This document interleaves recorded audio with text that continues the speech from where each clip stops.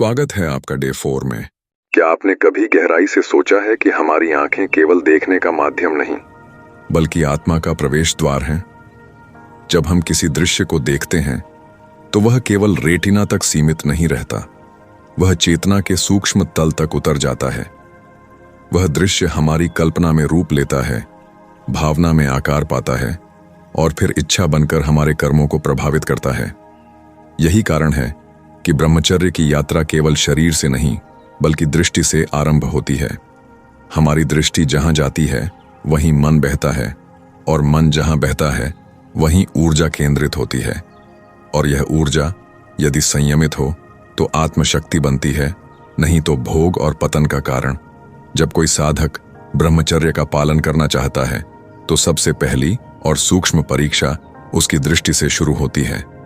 आज का संसार भले ही विज्ञान और तकनीक से भर गया हो, लेकिन उसकी सबसे बड़ी चालाकी यही है, तुम्हारी दृष्टि को चुराना। विज्ञापन, social media, Instagram reels, shorts, फिल्में, यहां तक कि सामान्य सी वेबसाइट्स, हर जगह कोई ना कोई तत्व इस बात के लिए डिजाइन किया गया है कि वह तुम्हारी नजरों को फंसाए और तुम उसके पीछे पीछे मानसिक गुलामी की ओर बढ़ो। यह दृश्य हमारे भीतर कोई हलचल पैदा करता है जो दिखने में क्षणिक होती है, लेकिन उसका प्रभाव दीर्घकालिक होता है। क्या तुमने कभी सोचा कि तुम्हारे मन में जो विचार अचानक आते हैं वे कहां से आते हैं?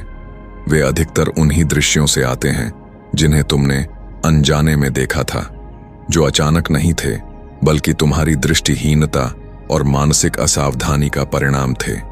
इसलिए ब्रह्मचर्य का पालन केवल इच्छाओं को दबाना नहीं है, यह तो अपनी दृष्टि के माध्यम से मन को प्रशिक्षित करने की प्रक्रिया है।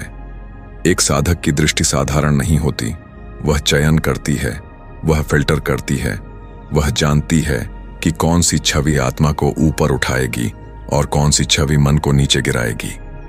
जब तुम किसी कामुक या भटकाने वाले दृश्य को देखते हो और यह सोचते हो कि मैंने तो सिर्फ देखा है, कुछ किया नहीं, तो समझो तुम्हारा पहला पांव फिसल चुका है, क्योंकि दृष्टि से उत्पन्न कल्पना कभी निष्क्रिय नहीं होती। वह भीतर ही भीतर एक बीज की तरह आकार लेती है। कल्पना से भावना, भावना से इच्छा और इच्छा से अंततः कर्म बनता है। तुमने सिर्फ देखा, लेकिन उस एक दृश्य ने तुम्हारी ऊर्जा की दिशा तय कर दी। यही कारण है कि ऋषियों ने कहा, दृष्टि संयम ब्रह्म संयम है। ब्रह्मचर्य की रक्षा शरीर से नहीं होती, वह तो आत्मा और मन की गहराइयों में तय होती है, और उसकी चाबी तुम्हारी दृष्टि के पास होती है। अब प्रश्न है, इस दृष्टि को कैसे संयमित करें? इसका पहला उत्तर है आत्म जागरूकता। जब तुम बाहर निकलते हो, जब तुम भीड़ में चलते हो, जब तुम मोबाइल पर स्क्रॉल कर रहे होते हो, हर क्षण एक जागरूक दृष्टा बनो। अपनी आंखों को आदेश दो, क्योंकि यदि तुमने उन्हें स्वतंत्र छोड़ दिया तो वे तुम्हें कहीं का नहीं छोड़ेंगी। पहला अभ्यास है आंखें नीचे, मन ऊपर। इसका अर्थ है जब तुम रास्ते में हो तो नजरों को एक मर्यादा में रखो। अकारण इधर उधर देखने की आदत छोड़ो। कोई सुंदर व्यक्ति, कोई चकाचौंध, इन सब पर ध्यान फिसलने से पहले उसे रोकना सीखो। दूसरी बात, एक्सीडेंटल लुकिंग का बहाना बंद करो। अक्सर हम कहते हैं कि अचानक दिख गया था, लेकिन मन पहले से ही उस अचानक की योजना बनाता है। इसीलिए जब कोई दृश्य अचानक आए तो बिना एक पल गंवाए अपनी दृष्टि मोड़ लो। यह कठिन है, लेकिन अभ्यास से आसान होता जाता है। तीसरा अभ्यास है त्राटक। एक दीपक के सामने बैठो और 2-3 मिनट तक बिना पलक झपकाए उसे देखो। फिर आंखें बंद करके उस ज्योति को अपनी भौहों के मध्य देखो। ध्यान दो कि कैसे यह अभ्यास तुम्हारी दृष्टि को स्थिर करता है और मन को भीतर खींचता है। जब यह बार बार किया जाए तो दृष्टि की दिशा बाहर से हटकर भीतर हो जाती है। यही दृष्टि संयम की उच्चतम साधना है। अगला अभ्यास है स्क्रीन डाइट। हर दिन कम से कम 1 से 2 घंटे ऐसे रखो जब तुम किसी भी स्क्रीन, मोबाइल, टीवी, लैपटॉप से दूर रहो। यह समय अपने साथ बिताओ, आंखों को विश्राम दो, मन को मुक्त करो, क्योंकि जब आंखें शांत होती हैं तो मन भी स्थिर होता है। और 5वां अभ्यास है जल थेरेपी।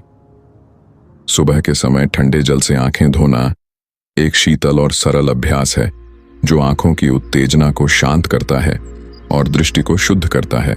इन सब के साथ आज का अभ्यास तय करो। दिन में कम से कम 5 बार अपनी दृष्टि को अनावश्यक आकर्षणों से हटाओ। त्राटक का अभ्यास करो, नो स्क्रीन टाइम निर्धारित करो और एक डायरी में यह पंक्ति लिखो, मेरी दृष्टि मेरा भाग्य तय करती है। यह केवल शब्द नहीं है, यह तुम्हारे भविष्य का सिद्धांत है। जब तुम अपनी दृष्टि के माध्यम से ऊर्जा को संचालित करना सीखते हो तो तुम केवल संयमी नहीं, एक जागरूक योद्धा बनते हो। और आज जब तुमने यह जाना कि दृष्टि से ही आत्मा तक की यात्रा आरंभ होती है, तो यह समझ भी विकसित हुई होगी कि एक साधक का वास्तविक युद्ध आंखों से ही शुरू होता है। जो व्यक्ति अपनी दृष्टि को वश में कर लेता है, वह किसी भी विकार, किसी भी आकर्षण, किसी भी भटकाव से स्वयं को बचा सकता है। और न केवल बचा सकता है, बल्कि भीतर एक दिव्य शांति की स्थापना कर सकता है। संयमित दृष्टि केवल विषयों से मुक्ति नहीं देती, वह आत्मा को ब्रह्म के निकट ले जाती है। तो आज का संकल्प यही हो, मैं अब अपनी आंखों को ब्रह्मपथ का द्वार बनाऊंगा, न कि भोगपथ की खिड़की। याद रखो, जहां दृष्टि जाती है वहीं ऊर्जा जाती है, और जहां ऊर्जा जाती है वहीं जीवन का भाग्य आकार लेता है। यदि तुमने आज यह अभ्यास किया तो तुमने न केवल एक मानसिक आदत को बदला, बल्कि अपनी आत्मा के लिए एक नई दिशा चुनी। संयम, जागरूकता और साधना, इन तीनों से दृष्टि एक शक्ति बनती है। और जिस दिन दृष्टि शक्ति बन जाए, उसी दिन ब्रह्मचर्य आत्मा की रक्षा नहीं, उसकी महिमा बन जाता है। जिस क्षण कोई साधक अपनी दृष्टि पर नियंत्रण पाना शुरू करता है, उसी क्षण वह देखना भी छोड़ देता है और देखना आरंभ करता है। सुनने में विरोधाभास लगता है, लेकिन यही योग का मर्म है। एक सामान्य व्यक्ति जब किसी दृश्य को देखता है तो वह बाहरी आवरण, रंग, आकार और आकर्षण से प्रभावित होता है। उसकी चेतना उस दृश्य में खो जाती है।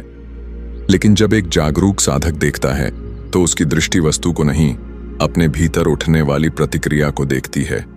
यही है दृष्टि का जागरण, और यह जागरण धीरे धीरे मन को बाहर से भीतर की ओर खींचता है। अब साधक अपने चित्त में उठती लहरों को देखने लगता है।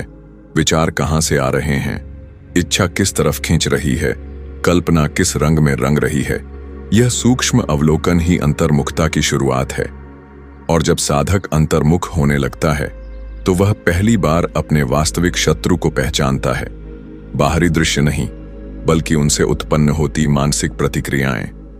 ब्रह्मचर्य की सबसे बड़ी रक्षा दीवार केवल यह नहीं कि तुम बाहर मत देखो, बल्कि यह है कि जब देखो तो देख कर रहो। उस दृश्य के पीछे की खिंचाव शक्ति को पहचानो और उसे वहीं रोक दो। लेकिन यह सहज नहीं होता, क्योंकि मन वर्षों से बाहर बहने की आदत में है। वह रंग, आवाज, गति, कहानी, उत्तेजना, इन सब का गुलाम बन चुका है।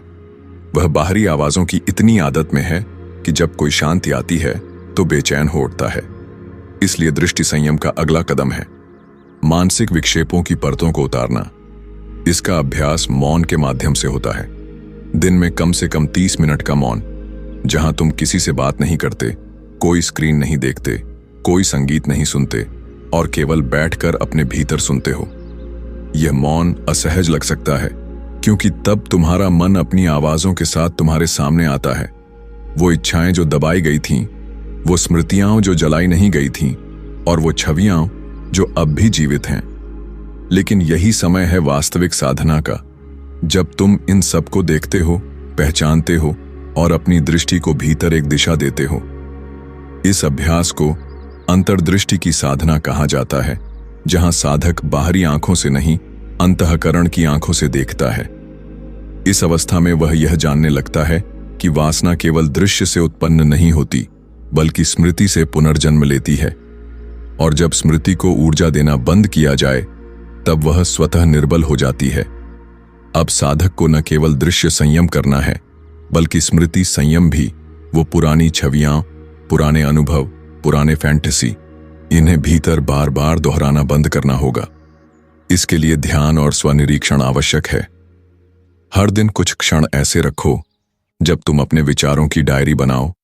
आज मेरे मन में क्या क्या दृश्य उभरे, क्या मैंने उन्हें बढ़ावा दिया या मैंने उन्हें स्वीकार कर मुक्त कर दिया।